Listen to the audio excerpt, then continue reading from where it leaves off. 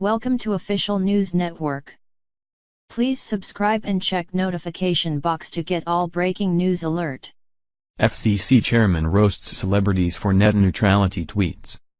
Federal Communications Chairman, FCC, Ajit Pai directly refuted a number of assertions Tuesday made by celebrities on the issue of net neutrality, which deals with internet regulations imposed under the Obama administration.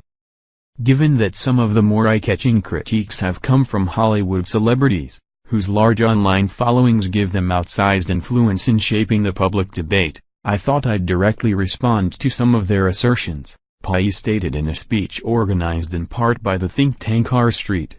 Perhaps the most common criticism is that ending Title II utility-style regulation will mean the end of the Internet as we know it. Pai then recites a portion of a tweet from actor Kumail Nanjiani, who contends that if a repeal of net neutrality goes through, we will never go back to a free internet.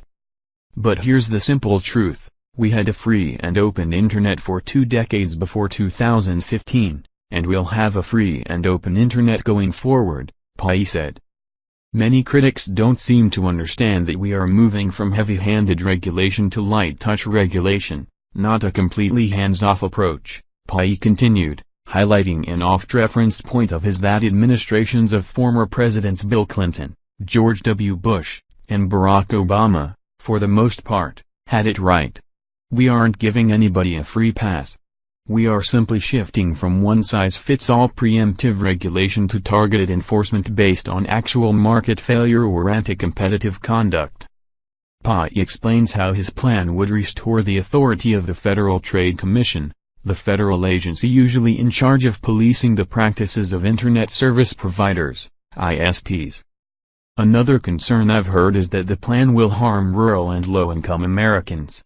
Cher, for example, tweeted last week that the Internet will include less Americans not more if my proposal is adopted, Pai continued. But the opposite is true.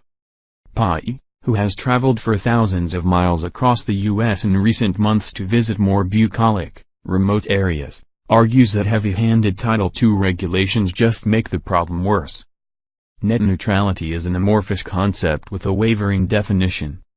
In general, it means that ISPs have to treat all Internet traffic the same, and thus have no right to discriminate against certain forms of traffic.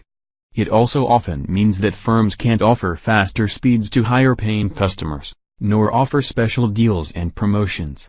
Placing the Internet under the Title II classification, like water or electricity, is a strong mechanism for enforcing net neutrality regulations, and mandating ISPs comply with a uniform set of rules.